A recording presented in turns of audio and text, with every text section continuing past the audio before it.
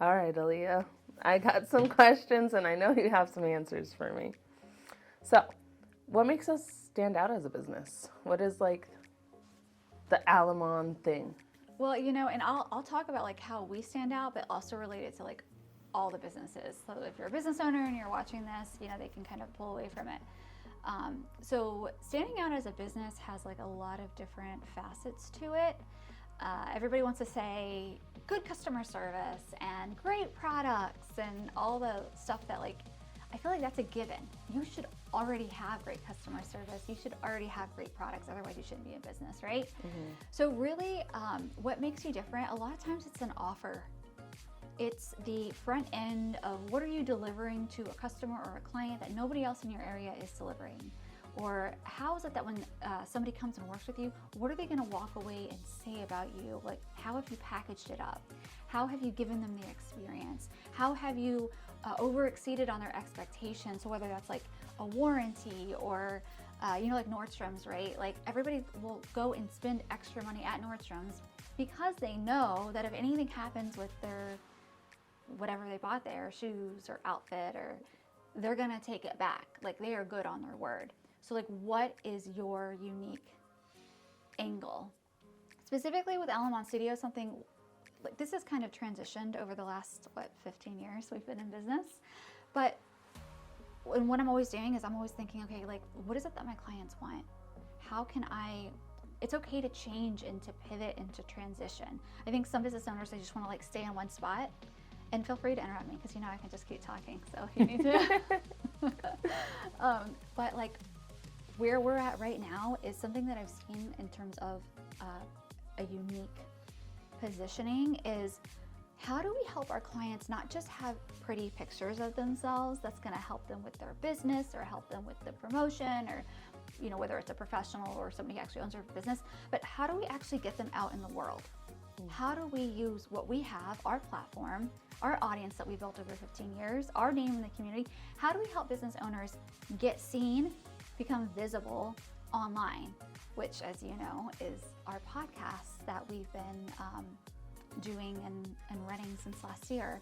And it's been amazing because now, so basically, they just, for anybody who's watching this doesn't know, they come in, they do the podcast, and then we do like a little mini shoot afterwards. So like, yeah, they can obviously get the images, purchase the images, but the podcast offer piece is for business owners who maybe, well, first of all, they have to have a story to share, and everybody has a story to share. Yeah. But their story is so important because that's a part of your unique positioning. Mm-hmm. Like why you founded your business, why you believe that you can create something that's not currently out there. Like the why behind all of it, that's something that we share and we create when we're doing the podcast, because I feel like that's so important that every business owner is getting out there to the world. And so now, like they're coming in, they're on the podcast. It really is all created and catered around how we can help this business owner share their story. And then obviously you take fabulous pictures of them when they go upstairs. I try. But yeah, so personally for us, that's what we're doing right now. But for all the different business owners, each business should be creating something that's not just run-of-the-mill that everybody else is doing. And they should be packaging it in a way and getting it out in the world in a way where it's an easy, no-brainer yes. There's no reason not to do it.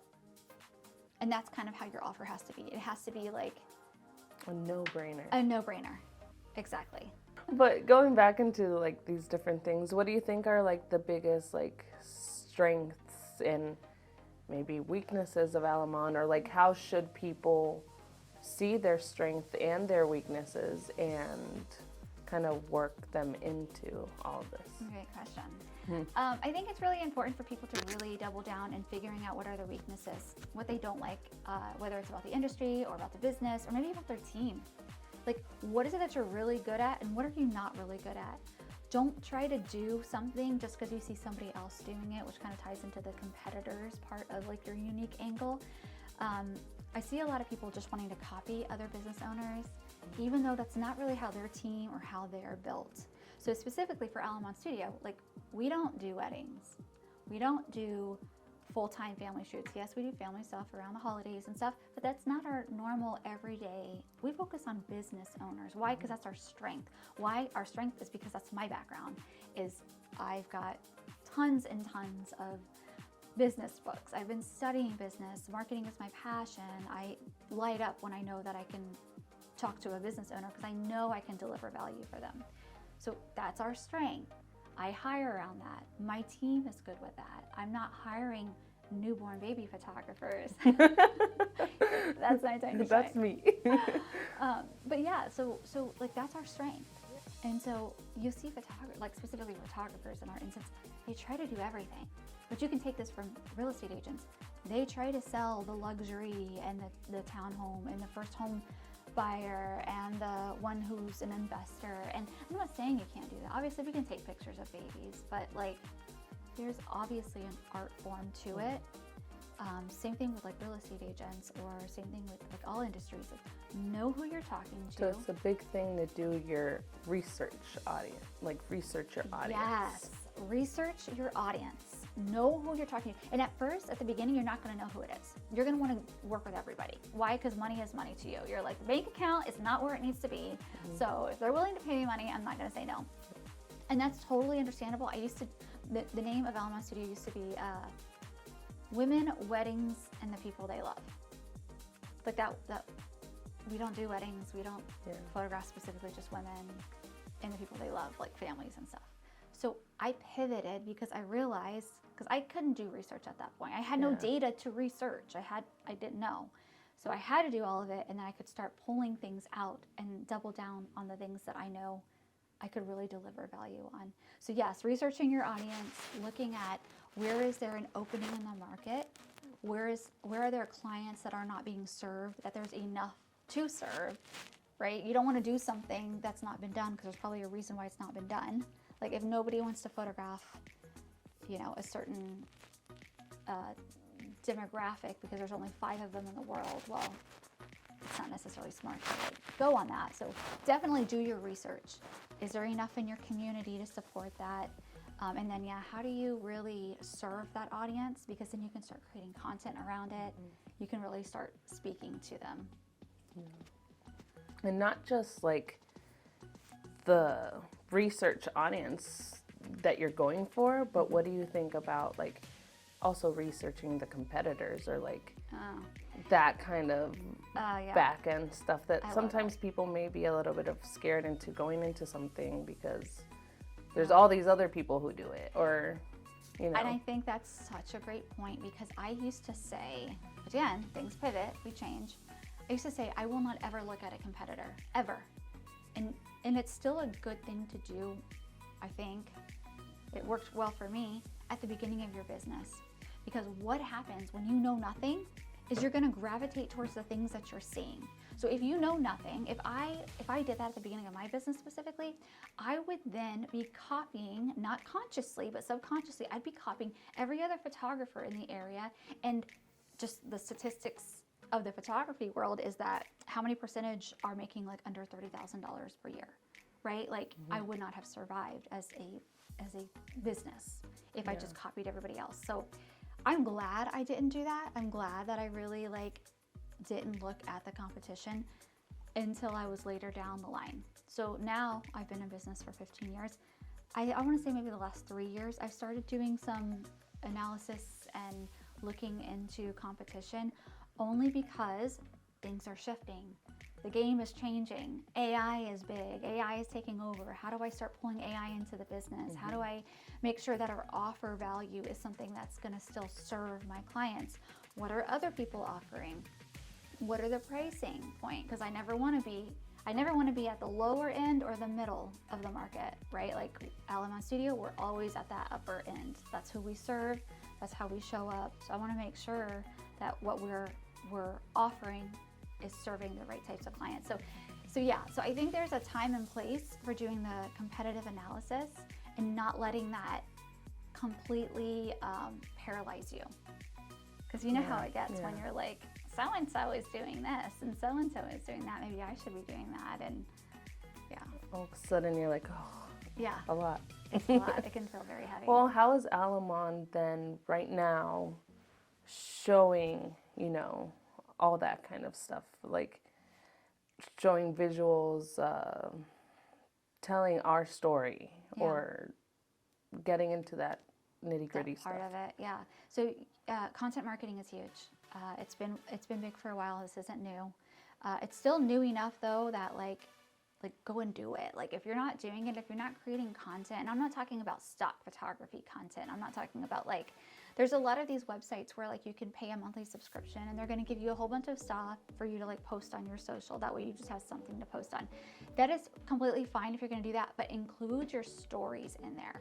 If you're going to show a picture of something, tell me the story behind that picture, even if it's not your picture. If it's a picture of a dog, you could talk about a dog that you grew up with as a child and how this dog has consistently been a part of your life and showing up in different ways. I don't know, like whatever the story is that's like personal to you, so that other people can read it, relate to it, and connect to it.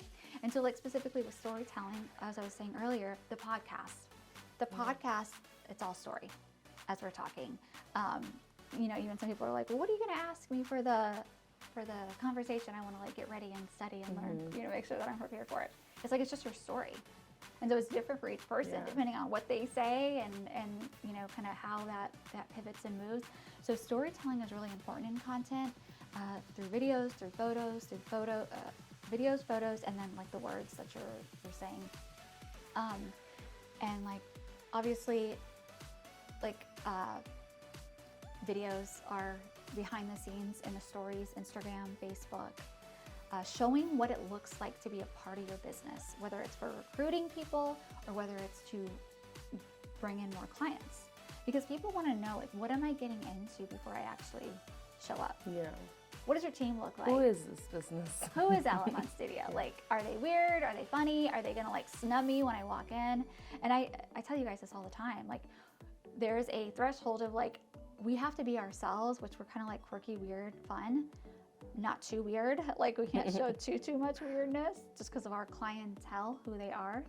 But then also we can't be these like proper, I'm so professional. First of all, that's not who we are. So if we showed up like that in stories, when they showed up, they'd be like, yo, yeah, what's going on? This isn't. So definitely being yourself in stories is important, and telling stories in your, when I say stories, just for the audience, it's basically like on Facebook and Instagram, the pieces of content that disappear in 24 hours. That you guys get to control. Have fun with. Yeah, you guys get to control that during the week. And that's another tip. If you have a team, let your team do the stories. Let them share what it's like being a part of your business, because then you're going to get a whole bunch of different vantage points instead of it always being you. Or if you have partners, or if you have other people that collab with you, let them take it over for a day, a month, or a day, a week, because then you really get a whole bunch of different perspectives on what it's like to be a part of your culture that you've built. Yeah.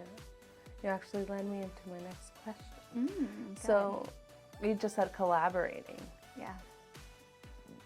Once like businesses are starting off, or even if they're, already into several years into their business, there's sometimes people do like to collaborate. There's sometimes people don't like to collaborate. There's always different things around that. Yeah.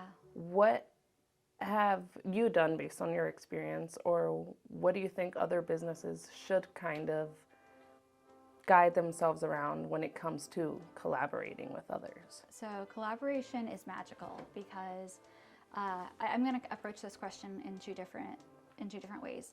So collabing as a business owner in order to work on a project together, or do something that maybe is outside of your norm, and you're not necessarily going to hire a whole team for it, but it's more of like example. I did a collab with Jenny's Salon and with Melissa Franklin, makeup artist.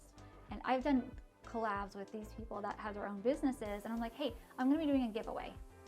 Will you do the makeup? Will you do the hairstyling? Will you get them clothed? And we're going to do a photo shoot. Yeah.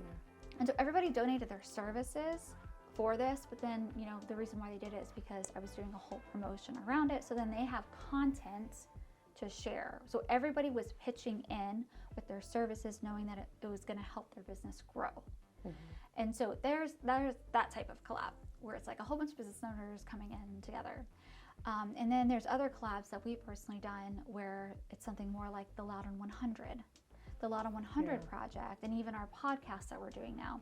Now that collab is more of like, Al-Anon Studio is just creating this, like Loud on 100 was a passion project where I'm just like, okay, we are filming them, we're photographing them, we're creating a whole event around it, we're displaying their beautiful, gorgeous faces all over the venue that we're at. But all over Loudoun County. All over Loudoun County, exactly. But then we had vendors that collabed. So the food was pretty much all donated. The venue was all donated. Our services was over $150,000, $200,000 worth of work, all donated. Like the people that came in, obviously they gave their time and they helped share the word. They put it on social media. They did media blasts. We had people that would sponsor it. So that whole project was a huge collaboration project where everybody believed in, you know, showing the unsung heroes here in Loudoun County, and they all pitched in to make it possible and bring it to life. Yeah. So why is it important? It's important because as a business owner, so from like a very tactical, selfish standpoint there, it allows you to grow your business in a way that marketing dollars could never compete with. There is, like, for the Loud 100 project, there is not enough money that I could have paid as a business owner to have on Facebook or on Google Ads to have created the amount of eyeballs and views that the Loud 100 project had. So making sure that you've got a good idea to collab on, because you'll see some people that are like, hey, I'm a model, you want to collab with me? And they're basically just asking for free services. Don't do that. Like, that's just tacky and not cool. Now, if you're like a supermodel who's like getting ready to go and do something amazing out on a, I don't know anything about like the fashion world. You're about to run the one runway in Milan. There we go. Oh, no. You're getting ready to do that, and if I was a fashion photographer, that would then make sense for me, because then I could be able to say like, oh, I'm the photographer that photographed this model who's now on the runway in Milan, and she chose me to do this. That makes sense. Now, if you're I remember Model Mayhem. Do you remember that from back in the day? No? Okay, I guess I'm old, dating myself. But basically, it was like photographers and models would sign up because the photographers wanted beautiful people to photograph. The models wanted really nice images. So it was like TFP, trade for pics, you know, like, and then, but like, and that's okay, you can still do that. But collab with a photographer who is just starting out. It's the same thing, like in the community, the small business community. Don't go and ask a restaurant, hey, will you donate $50,000 worth of food in order to feed my, I don't know, 300 people? That's tacky and disrespectful. So that's not a collab. Does that make sense? Yeah. Okay. It's like services have to kind of wage a little bit. Yeah, and if you're going to ask somebody for something, what are you going to give them? What's the value? What's the value of it? Like, let this be a true, don't just ask and not want to like give back. For us, it's so easy when we ask for anything because we can get them content.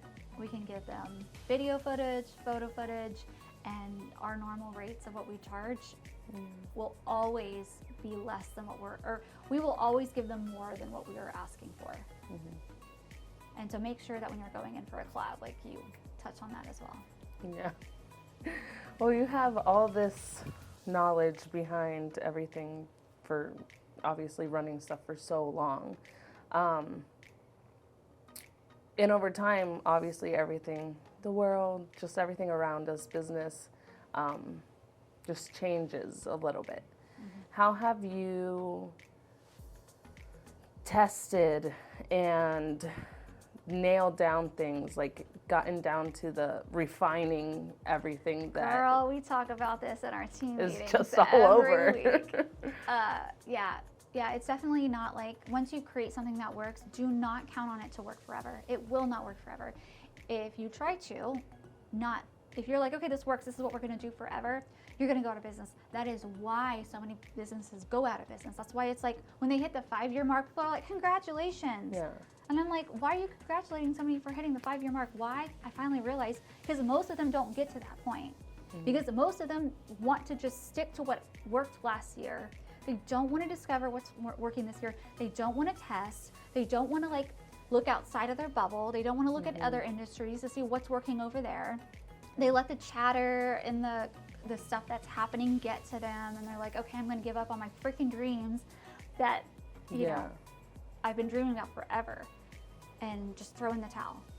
So yes, you have to refine. You have to keep figuring out what's next. The world is changing.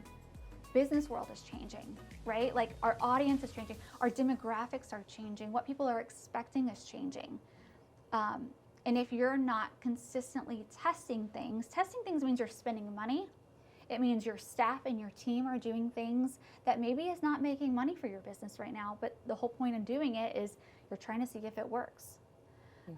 Looking at other industries, see what's happening over here. Can you pull a little bit of that into your business to see if it's going to work? For example, our podcast idea. Like, that was an amazing discovery. Why?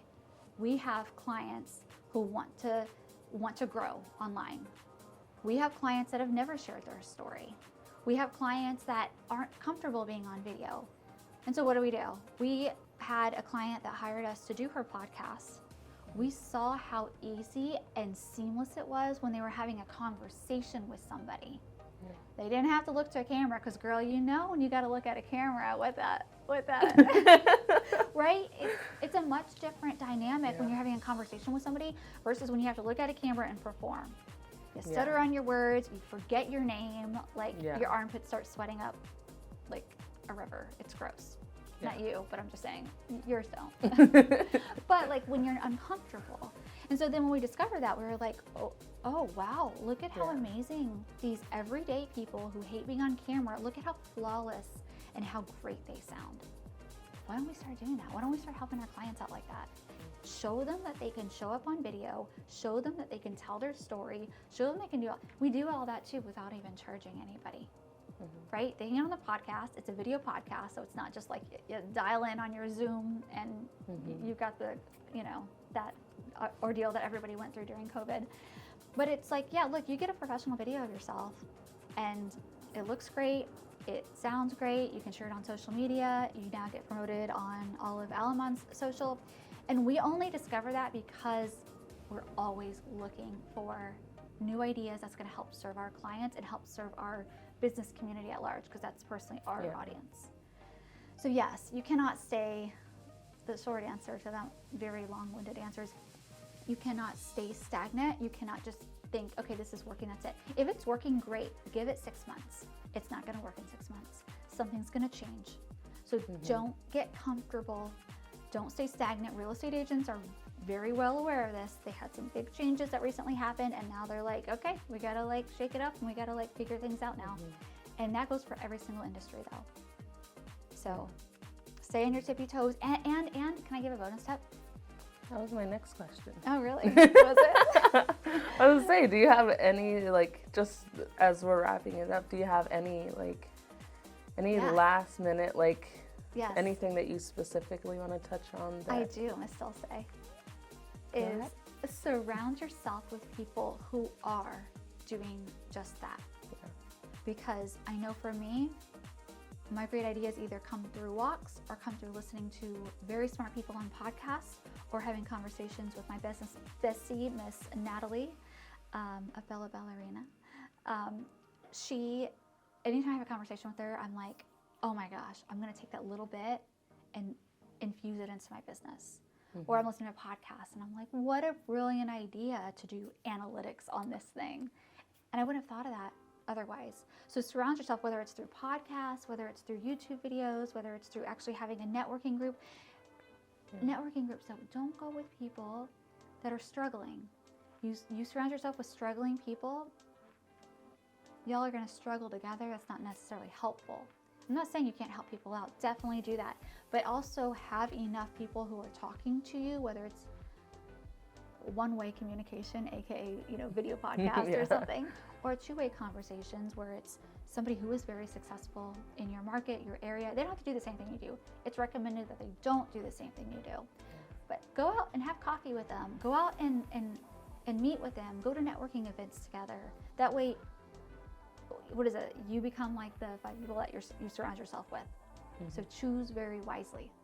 Be careful about who you surround yourself with, because that's going to all affect how you show up in business, how people see you in business, and the ideas that are filling up your head. That's true. Very true.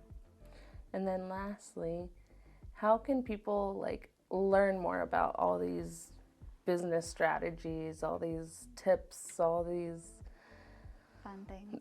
All ideas, fun things. all Yeah. fun things? Well, so I just mentioned about like surrounding yourself. We are actually hosting workshops, as you know. We're going to be hosting workshops, and I don't have the dates because those are monthly, but these workshops are specifically to help business owners create their unique positioning within their business, as well as filling their pipeline with clients. Because not to toot my own horn, am I allowed to do that, or is that too late? But that is something that I really think that we've done really well here at LMS Studio, is we have never had a problem pivoting. That word, pivot.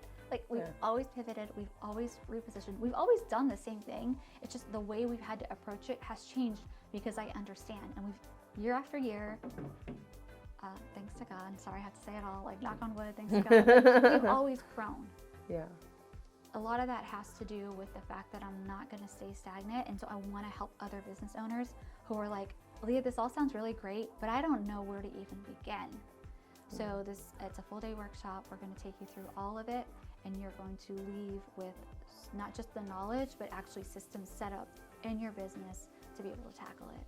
So go to the website, alamonphotography.com. You're going to see something where it says workshops, and you'll see what the available dates are. And sign up, get in here, and supercharge your business. Yeah, great. Thank you. I'll be there. Yes, ma'am. Thank you so much. Thank you.